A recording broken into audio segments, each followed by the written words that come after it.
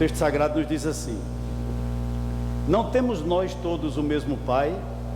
Não nos criou o mesmo Deus? Por que seremos desleais uns para com os outros, profanando a aliança de nossos pais? Judá tem sido desleal, e a abominação se tem cometido em Israel e em Jerusalém, porque Judá profanou o santuário do Senhor, o qual ele ama, e se casou com a adoradora de Deus estranho. O Senhor eliminará das tendas de Jacó o homem que fizer tal, seja quem for, e o que apresenta ofertas ao Senhor dos Exércitos. Ainda fazei isto: cobris o altar do Senhor de lágrimas, de choro e de gemidos, de sorte que ele já não olha para a oferta, nem aceita com prazer da vossa mão. E perguntais: por quê? Porque o Senhor foi testemunha da aliança entre ti e a mulher da tua mocidade, com a qual tu foste desleal, sendo ela a tua companheira e a mulher da tua aliança. Não fez o Senhor um, mesmo que havendo nele um pouco de espírito? E por que somente um? Ele buscava a descendência que prometera.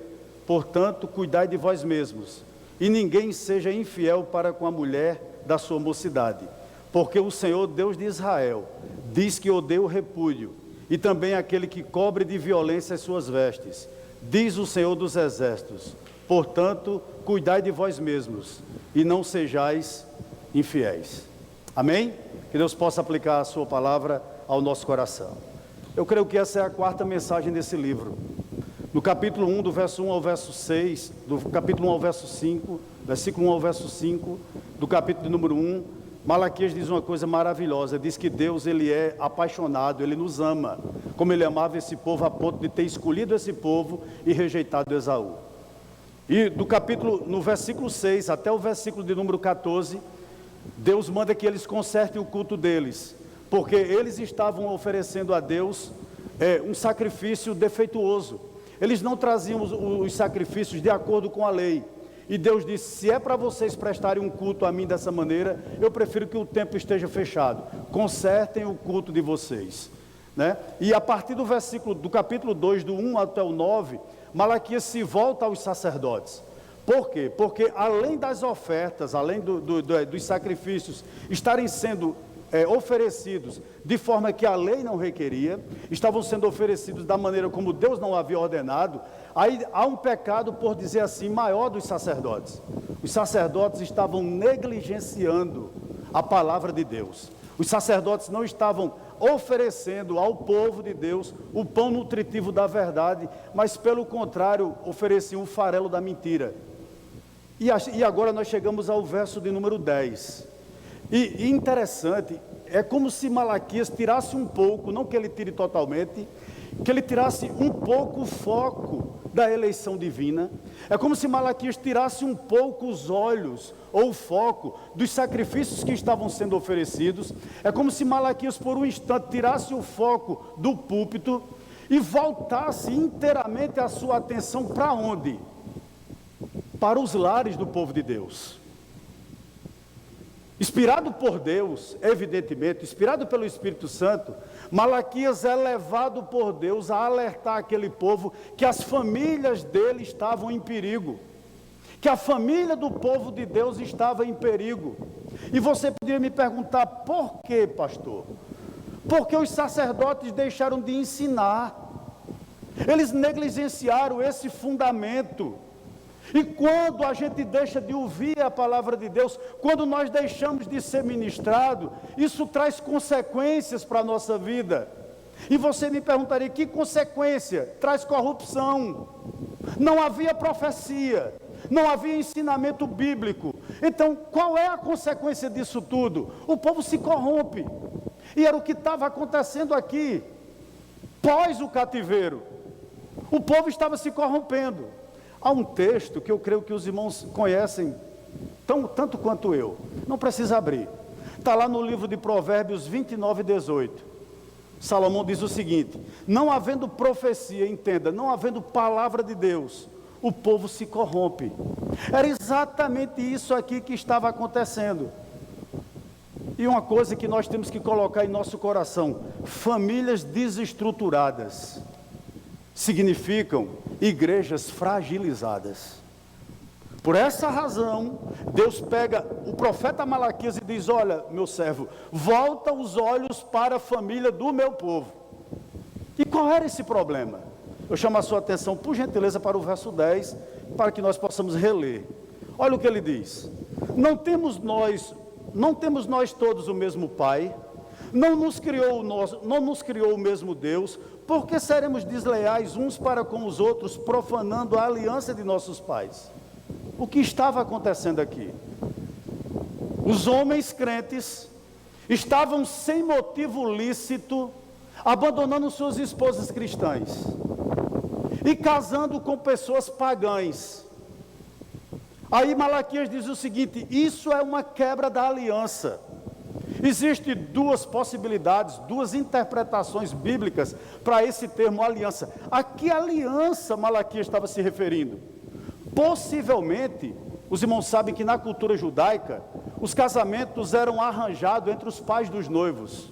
Havia antes um pacto entre o pai do noivo e o pai da noiva, que aqueles filhos deles iriam se dar em casamento, iriam casar.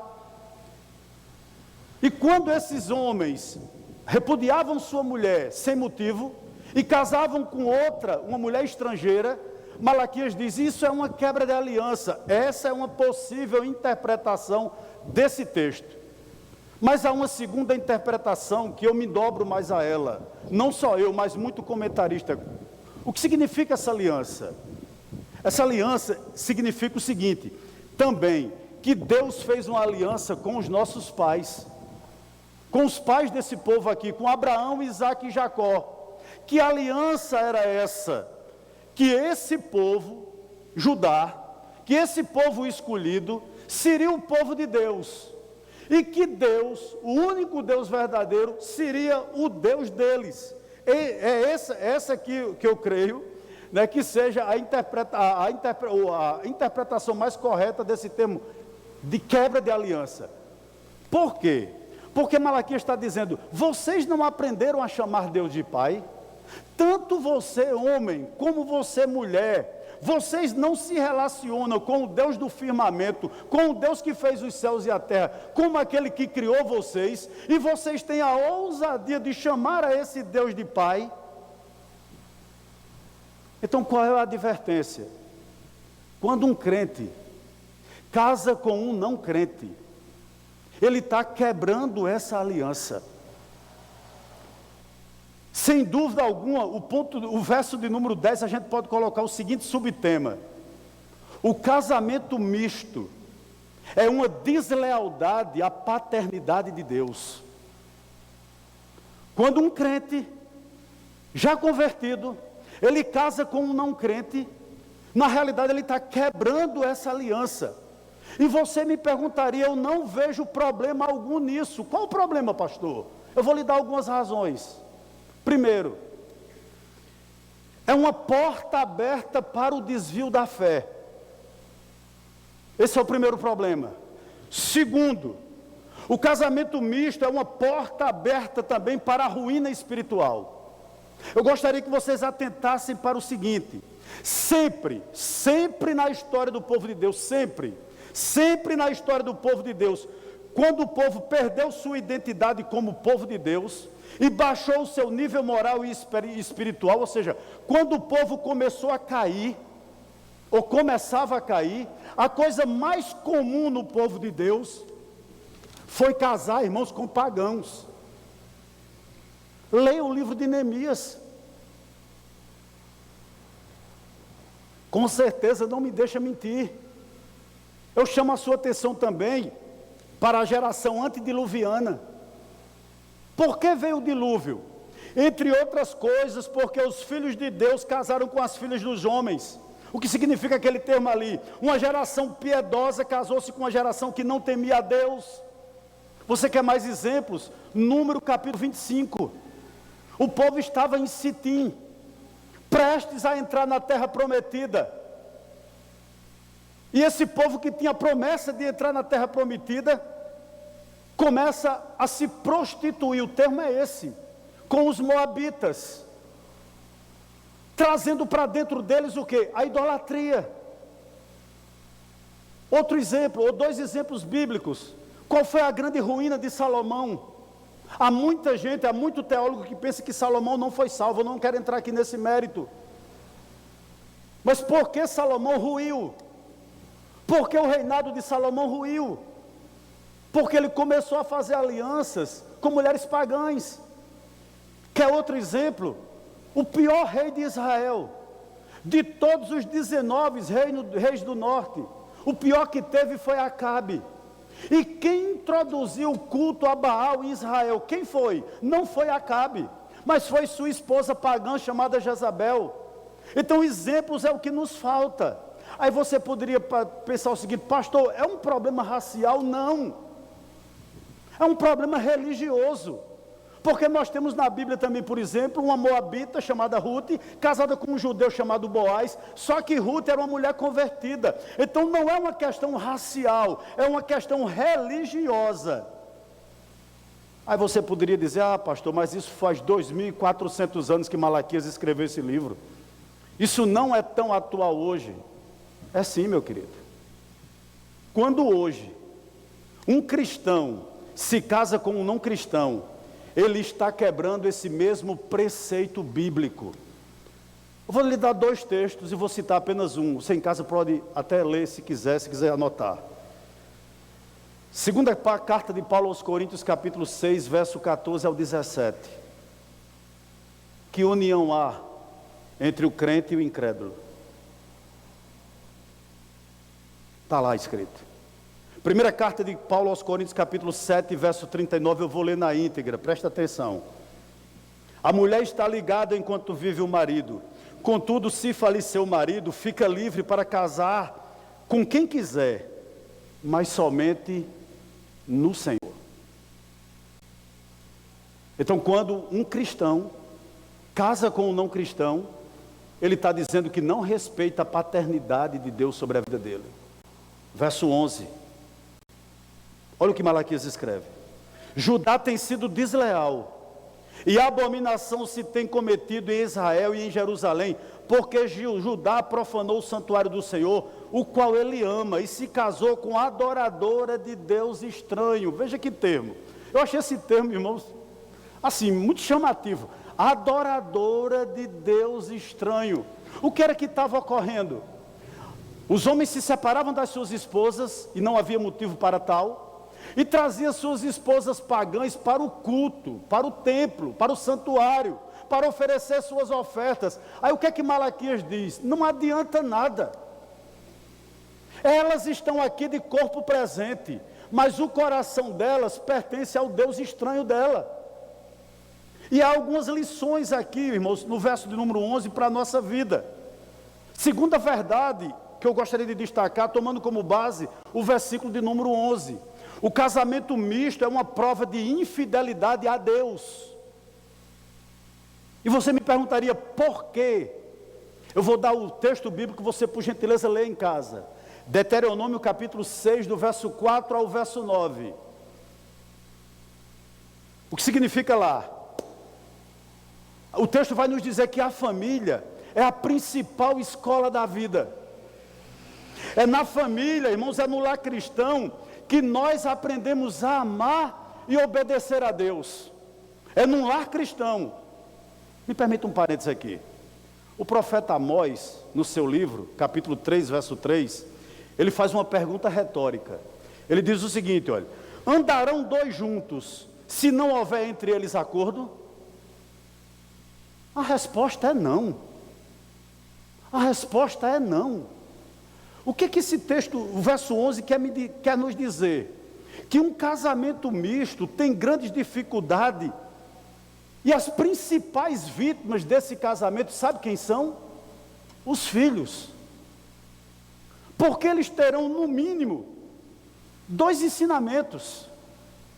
Eles terão, no mínimo, exemplos contraditórios. Se a mãe é crente e o pai não, ele vai seguir a quem? Quem está certo? Quem está com a razão? Se meu pai me chama para um lado e minha mãe me chama para o outro, a que exemplo eu vou seguir? Pense que confusão. Essa é a grande realidade. E outra dificuldade imensa. Ô irmãos, vamos parar de hipocrisia?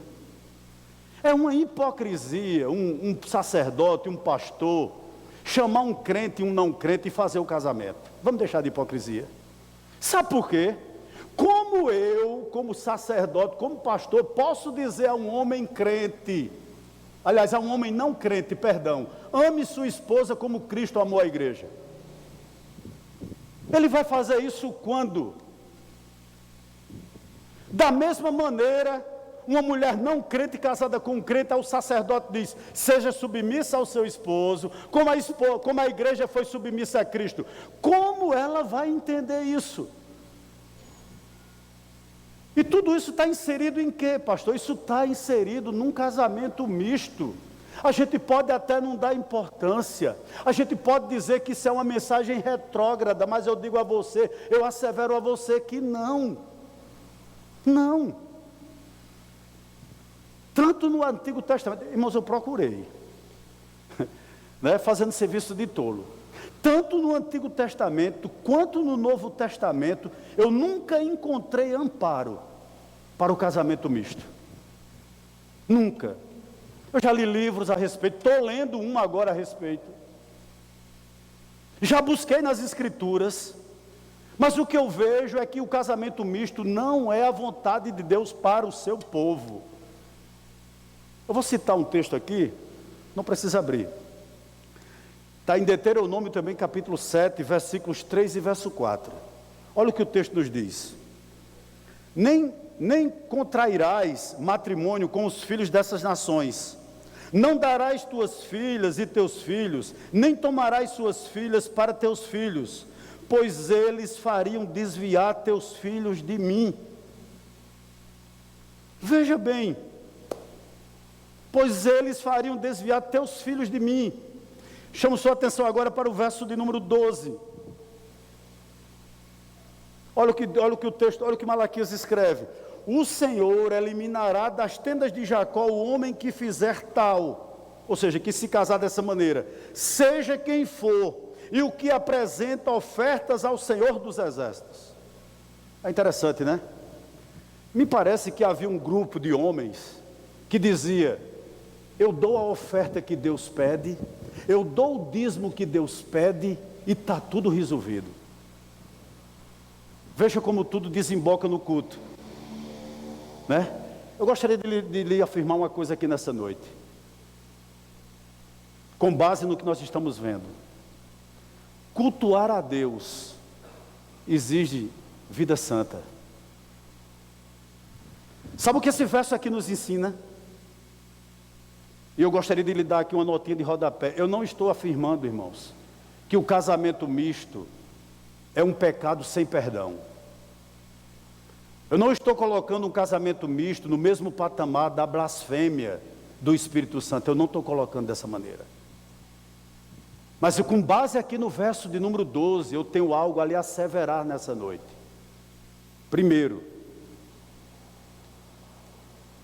quem pratica esse tipo de coisa, saiba de uma verdade: Deus não premia a desobediência.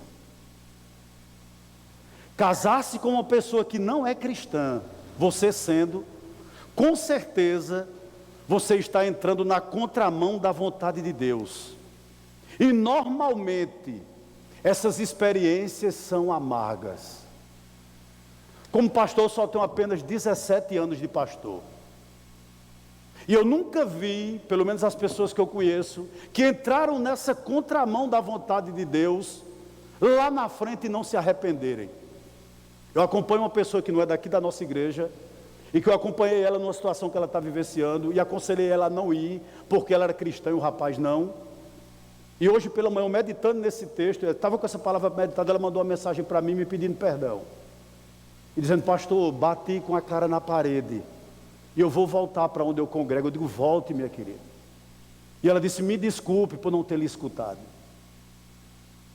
Sabe por quê, irmãos? O casamento desse tipo, quem entra num casamento desse tipo, pode fazer do seu casamento não a antessala do céu, mas o porão do inferno. E eu lhe diria uma coisa aqui, eu concordo plenamente com Martyn Lloyd-Jones. Ele diz o seguinte, ele diz: casamento é quase um dom. Quase um dom. Nem todos estamos preparados para isso. E sem dúvida alguma, eu já disse isso aqui e reitero, eu conheço muitas pessoas casadas que seriam muito mais felizes se tivessem permanecido solteira. Versículo 13. Olha o que ele nos diz.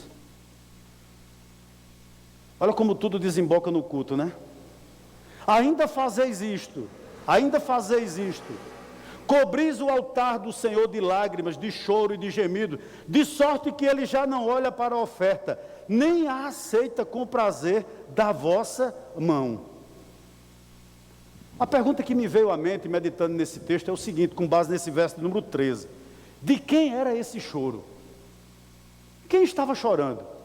Inicialmente, quando a gente olha, a gente pensa que é só os ofertantes, né? Mas não. Quem estava chorando aqui, em primeiro lugar, eram as mulheres abandonadas sem motivos por seu marido. Elas iam para o culto e caíam no choro no culto. Mas não só elas que eram abandonadas sem motivo. Os próprios maridos também iam ao culto com suas novas esposas. Olha o desmantelo. Eles compareciam aos cultos com as suas novas esposas e se prostravam no altar, davam a sua oferta e começavam a chorar e começavam a gemer e perguntavam a Deus: Senhor, por que tu não me responde? Por que tu não recebe o meu culto? Esse era o questionamento. Por que nossas orações não são respondidas, Senhor? Eu acho uma coisa interessante, irmãos. Eu fiquei pensando em casa, porque as esposas que foram largadas choraram, ou choravam, melhor dizendo. Deixa eu lhe dizer algo aqui nessa noite. Um divórcio, às vezes, dói mais do que o luto, para o cônjuge abandonado, mas também para os filhos. Eu gostaria de lhe dizer algo aqui. Alguns casais, isso aqui não é coisa da minha mente, mas alguns casais chegaram à conclusão de que o divórcio é mais perigoso e destrutivo do que permanecer ou tentar permanecer juntas. Eu conheço pessoas, amiga minha, nosso convívio, que foram vítimas de um divórcio e nunca mais conseguiram acertar na vida. Tem uma pessoa próxima a mim lá em casa, próxima à minha casa, que enlouqueceu. Porque não foi para ela, eu tenho certeza, foi muito mais doloroso do que uma morte. Eu sempre digo o seguinte: ninguém sai de um casamento por intermédio do divórcio intacto. Fica marca, fica ferida, que se não forem tratadas, e a igreja tem um papel fundamental nisso, que se não forem tratadas à luz da Bíblia, com compaixão, com misericórdia, essa pessoa não consegue continuar. Essa é a grande verdade. Interessante que ainda hoje muitos choram, muitos mancham os bancos das igrejas de lágrimas, porém não obedecem. Eu posso dizer uma verdade a todos vocês que estão aqui com base nesse verso 13. Quando Deus rejeita o ofertante, Deus rejeita também a sua oferta. Irmãos, o Salmo 66, verso 18, diz o seguinte, o salmista: se eu no coração contemplar a vaidade, o Senhor não me teria ouvido. Ou seja, em outras palavras, ele está dizendo o seguinte: quando há iniquidade no nosso coração, Deus não ouve as nossas orações. Eu estava conversando com minha esposa exatamente hoje, de meio-dia, com relação a isso. Talvez você não pense nem em se divorciar. E você é cristão, sua esposa é cristã, mas você está aquém do padrão bíblico. Será que não está na hora, irmão, de nós como homens repensarmos o nosso papel dentro do nosso casamento? Será que não está na hora de vocês que estão aqui, crentes mulheres, repensarem o seu real papel dentro do seu lar? Será que esse culto que Deus nos reúne aqui nesse domingo, eu tenho certeza absoluta disso, não é para nós olharmos para dentro da nossa casa, para saber como nós somos como marido, como vocês são como esposas, como nós somos como filhos, como nós somos como pais? Por que eu estou dizendo isso? Porque é em vão eu prestar um culto a Deus, sentar com o meu altar consagrado, consertado, dentro da minha casa. Eu conheço muita gente que diz o seguinte, é muito comum, né? As pessoas tentarem driblar a consciência, buscando justificativa para o divórcio. Tipo assim, eu vou me divorciar, pois meu casamento não foi Deus que quis. Eu não tomei a decisão baseada em oração, por essa razão eu vou me divorciar. Não consultei Deus.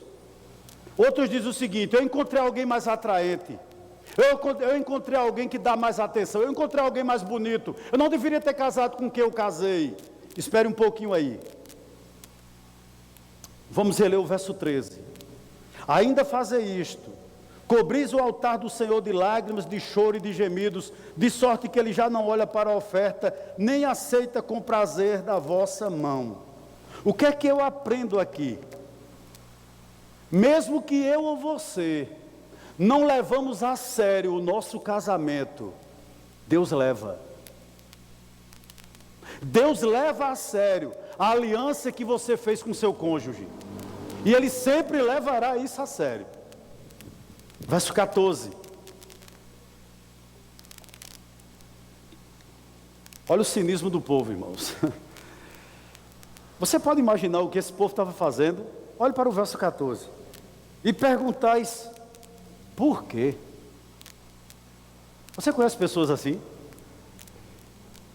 Você vir para um culto, em pecado, e começar a questionar Deus. Deus, por que eu tenho a vida que eu tenho? Por que tu não me responde, Senhor? Por que minha família é uma lástima? Por que meu casamento é uma lástima? Senhor, por que não há conserto na minha família? Por que não há conserto na minha vida? Qual é o grande problema aqui? Esse povo sabia que estava em pecado, irmãos. E de forma cínica, eles olham para Deus e dizem, Senhor, eu não estou entendendo por que tu não está recebendo minha oferta. Eu não estou entendendo por que tu não responde às minhas orações. Eles perguntam por quê.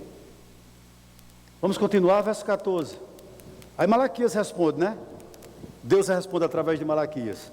Porque o Senhor foi testemunha da aliança entre ti e a mulher da tua mocidade, com a qual tu foste desleal, sendo ela a tua companheira e a mulher da tua aliança.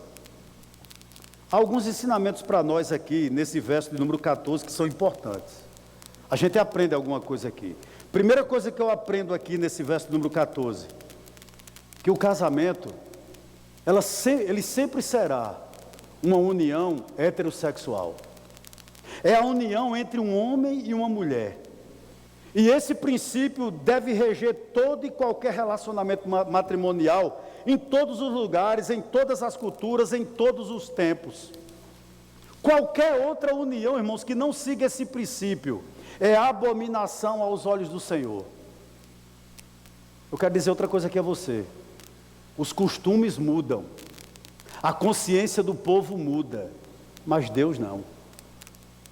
Deus criou macho e fêmea, homem e mulher.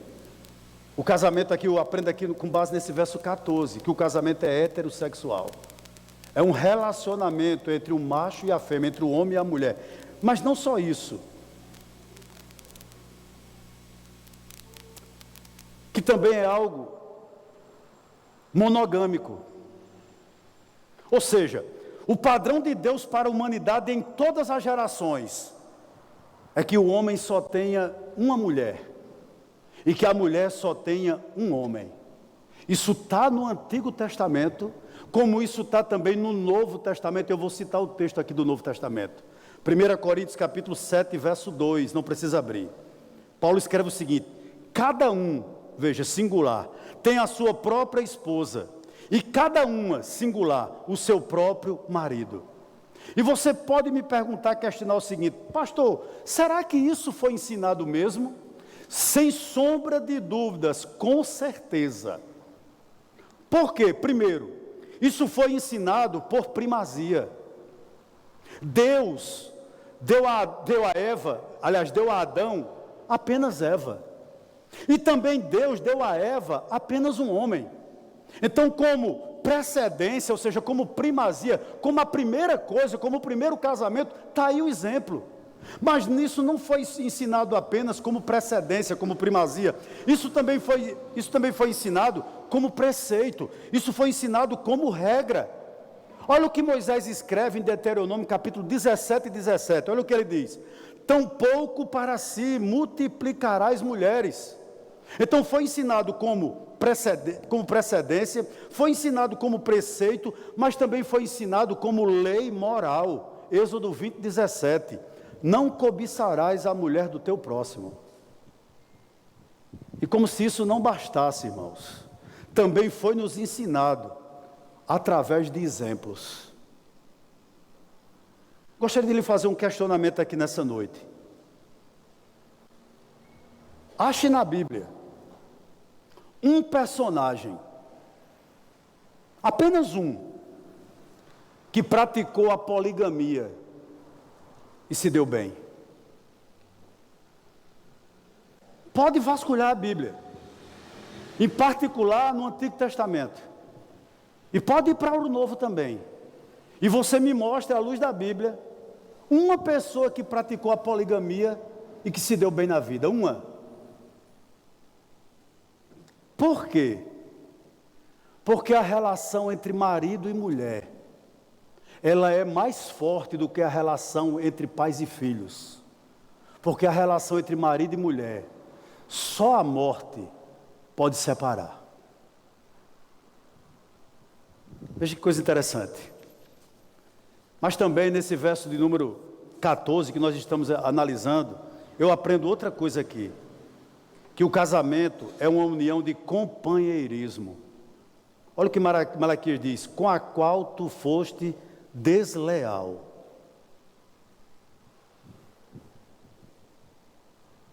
Não sei se você já leu, né? Aquele livro do pastor Hernando Dias Lopes, Casados e Felizes. E ele diz algo assim, muito interessante. Ele diz o seguinte, que nós não casamos para sermos felizes, mas nós casamos para fazer o outro feliz.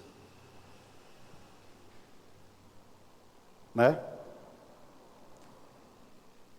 E às vezes eu fico me questionando, meu Deus, será que a gente pudesse voltar ao passado e sinceramente pudesse chegar para o nosso cônjuge, sem ser casado, e fizesse a segunda pergunta a ele ou a ela: você casaria novamente comigo?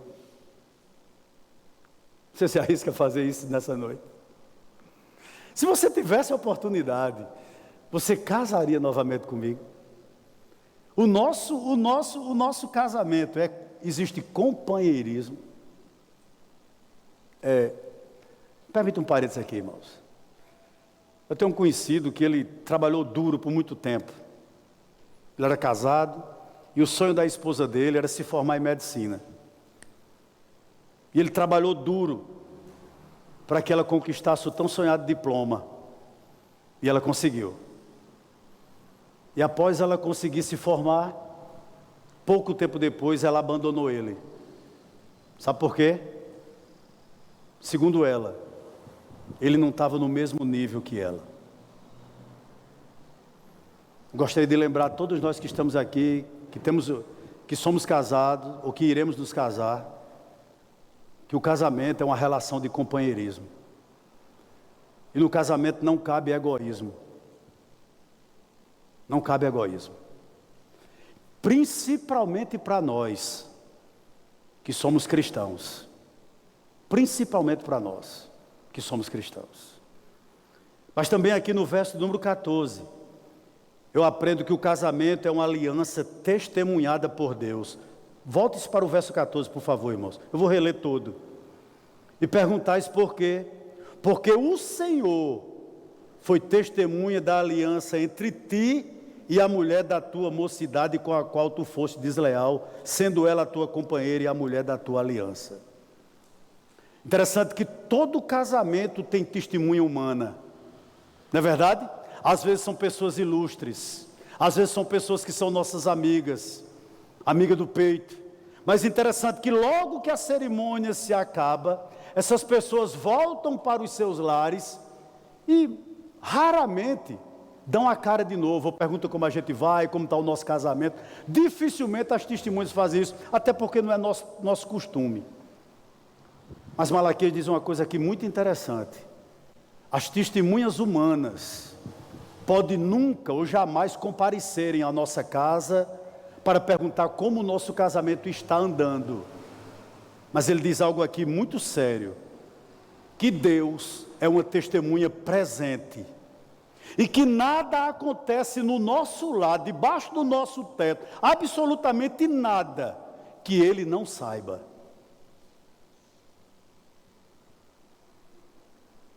Eu não sei aqui, irmãos, de absolutamente da vida conjugal de ninguém, a não ser quando me procura. Mas eu gostaria de dizer uma verdade aqui para você.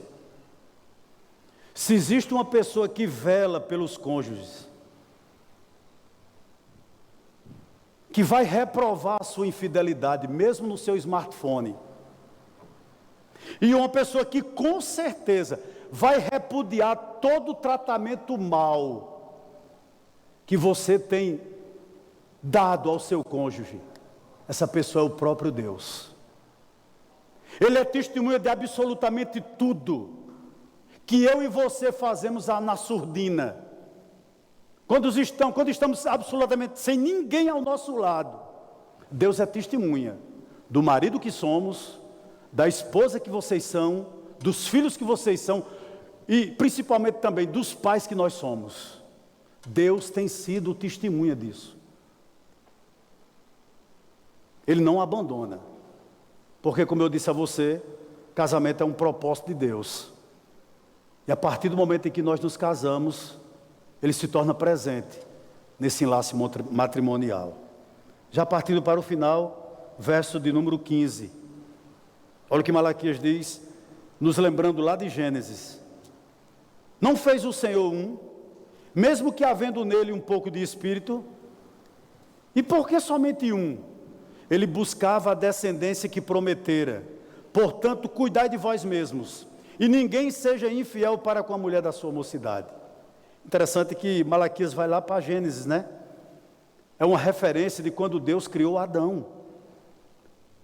E como também Deus criou Eva. E desse casal ele fez apenas um. São um. Vocês são um. É isso que Malaquias está dizendo. E por que só um? Porque ele queria que a partir da árvore genealógica daquele casal nascesse a descendência santa, nascesse o Messias. Por isso que Deus repudia o divórcio, porque vai de encontro à vontade dele. Não é a vontade de Deus que os casais se separem. Eu sei que há casos que devem se separar mesmo, mas não é a vontade de Deus, não foi o plano de Deus, foge do projeto de Deus. É isso que Malaquias está dizendo aqui, que o objetivo de Deus quando casa crente com crente é o que? É preservar a família, para que através dela viesse a descendência santa, o Messias, né? Mas no nosso caso aqui, para que os nossos filhos pudessem impactar o mundo. Porque nós temos os políticos que nós temos, irmãos. Pense sobre isso. Há quem diga que Campina Grande tem 30% de evangélico. É verdade esse dado? Dá algo em torno de quase 150 mil pessoas, irmãos.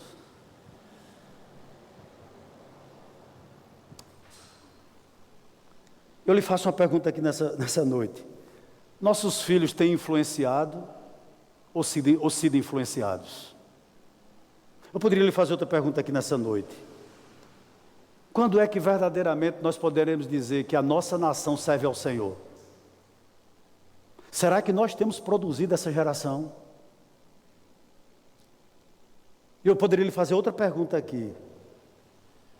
Quando os filhos dos cristãos não vão ser pedra de tropeço.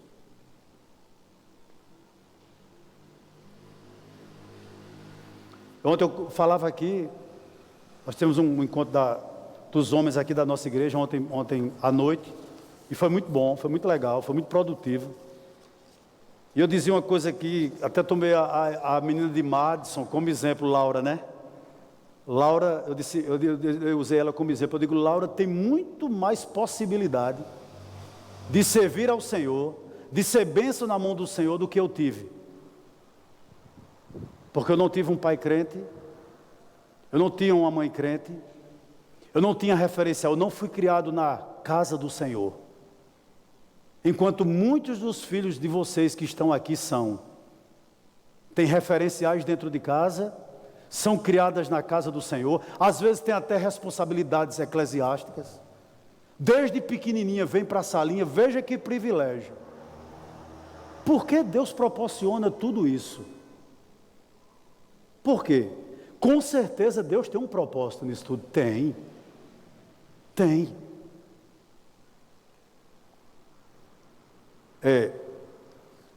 Na fase da dengue, eu levei minha mãe para o Hospital Santa Clara muito mal. E quando nós chegamos lá, o médico não olhou sequer para ela. Baixou a cabeça, está sentindo o quê? Isso, pronto, vá para casa. 2 dias depois eu retornei com minha mãe com o mesmo problema. E era uma médica. E essa médica a deitou, consultou bem direitinho, e disse: ela vai ficar em observação por pelo menos 24 horas, 12 horas aliás. E ela ficou em observação. E uma coisa me chamou a atenção. De 2 da manhã, de 3 da manhã, de 4 da manhã, de 5 da manhã, essa médica ia em todos os quartos que ela tinha colocado as pessoas no repouso, saber como elas estavam, se estava bem, se a medicação estava sendo dada da maneira como ela havia solicitado. Sabe por quê?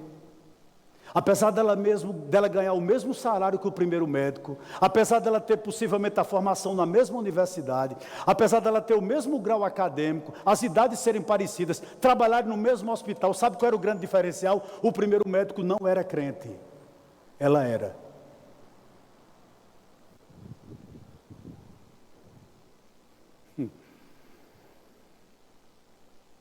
Porque Deus quer unir crente com crente, para que haja mais possibilidade de seus filhos servirem a Deus verdadeiramente. Já partindo para o final, como conclusão, verso 16. Olha o que ele diz: porque o Senhor, Deus de Israel, diz que odeia o repúdio, e também aquele que cobre de violência as suas vestes, diz o Senhor dos exércitos. Portanto, cuidai de vós mesmos, e não sejais infiel. Algo aqui a lhe dizer aqui com base nesse verso 16. Primeiro, o divórcio não foi instituído por Deus. Deus o regulamentou. O casamento é fruto do coração de Deus. O divórcio é fruto do coração endurecido do homem. Mas é necessário que eu diga aqui pelo menos uma coisa que é uma grande verdade. O divórcio ele é permitido em 2 casos. No caso de infidelidade conjugal e no caso de abandono, se a parte que abandonou é incrédula. Então o divórcio ele é permitido, mas mesmo assim, ele não é obrigatório. Agora, algo que eu quero dizer aqui a vocês: há casamentos, há relacionamentos que o divórcio é a única solução. É a única solução. Não há solução. Mas que a gente deve sempre, como cristão, orientar e buscar o perdão e a restauração. Eu acho interessante que no verso 16, Malaquias diz o seguinte: cuidai de vós mesmos. O que é que ele está querendo dizer? Você sabe? Eu vim comentando isso com minha esposa. Nenhum de nós que estamos aqui estamos isentos do nosso casamento ruir. Nenhum de nós que estamos aqui temos filhos perfeitos. Ah, meu filho é perfeito demais, é quase um anjo. Não existe. Nenhum de nós que estamos aqui temos casamento blindado. Isso não existe, não. Nenhum de nós que estamos aqui somos o marido ideal, somos a esposa ideal, somos o filho ideal. Nós não somos. Por isso que Malaquias diz: cuidai de vós mesmos. O que é que ele está dizendo? Vigie seu coração. Peça a Deus misericórdia, é isso que ele está dizendo. Se submeta à palavra de Deus. E, em último caso, peça ajuda. Como isso é importante, irmãos? A gente aqui na igreja, nós estamos montando alguns estudos, né? Alguns departamentalizando a igreja. Tem o culto das mulheres, tem o culto com os homens e tem o culto com os jovens. Irmãos, eu vou dizer algo aqui a você. Não é porque eu estou à frente do grupo dos homens, eu sou o pai perfeito. Eu sou o homem perfeito. Eu sou o marido. Eu vou ministrar para você porque eu não tenho problema. A mesma coisa acontece com o Janeiro, eu tenho certeza. A mesma coisa vai acontecer com a irmã Elane ministrando para os jovens. Não, nós precisamos crescer juntos. E tem algo aqui muito sério a lhe dizer, com base aqui nesse verso 16. Todo coração humano, ele precisa de uma obra sobrenatural da graça de Deus. Para quê, pastor? Para poder reverter os efeitos do pecado e transformar a dureza do nosso coração em beleza. E a gente só consegue isso. Ou seja, a gente só consegue voltar ao propósito de Deus. Sabe como? Com a presença de Cristo na nossa vida. Por isso que Malaquias diz: cuidai de vós mesmos. Eu gostaria de dizer algo aqui à igreja do Métis nessa noite, e é algo que Deus tem me inquietado muito nesse sentido. Primeiro, a igreja deve acolher pessoas que foram vítimas de divórcio. A igreja precisa acolher filhos desviados. A igreja precisa acolher mães que choram pelos filhos, porque não são tão perfeitos quanto outros que ela vê. Nós temos que acolher esse povo. Senão não tem sentido ser igreja. Não tem sentido ser igreja. Nós temos que acolher, sermos os espirituais de pessoas que estão passando crise matrimoniais.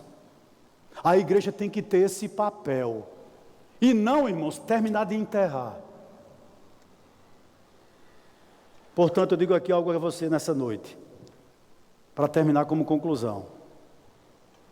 Não seja fatalista. O que é que eu estou querendo dizer com isso? Não entregue os pontos. Não entregue os pontos do seu casamento. Nunca coloque na sua mente que seu esposo não vai se converter, que sua esposa não vai se converter. Nunca entregue os pontos com relação a seus filhos. Meus filhos vão para o mundo, eu vou perder meus filhos. Nunca faça isso. Não seja fatalista. Pastor Hernando Dias Lopes diz algo interessante. Nós não criamos filhos para o inferno. Então, nessa noite, eu convido você a estar, nesse momento que nós tivemos aqui, orando pela sua família.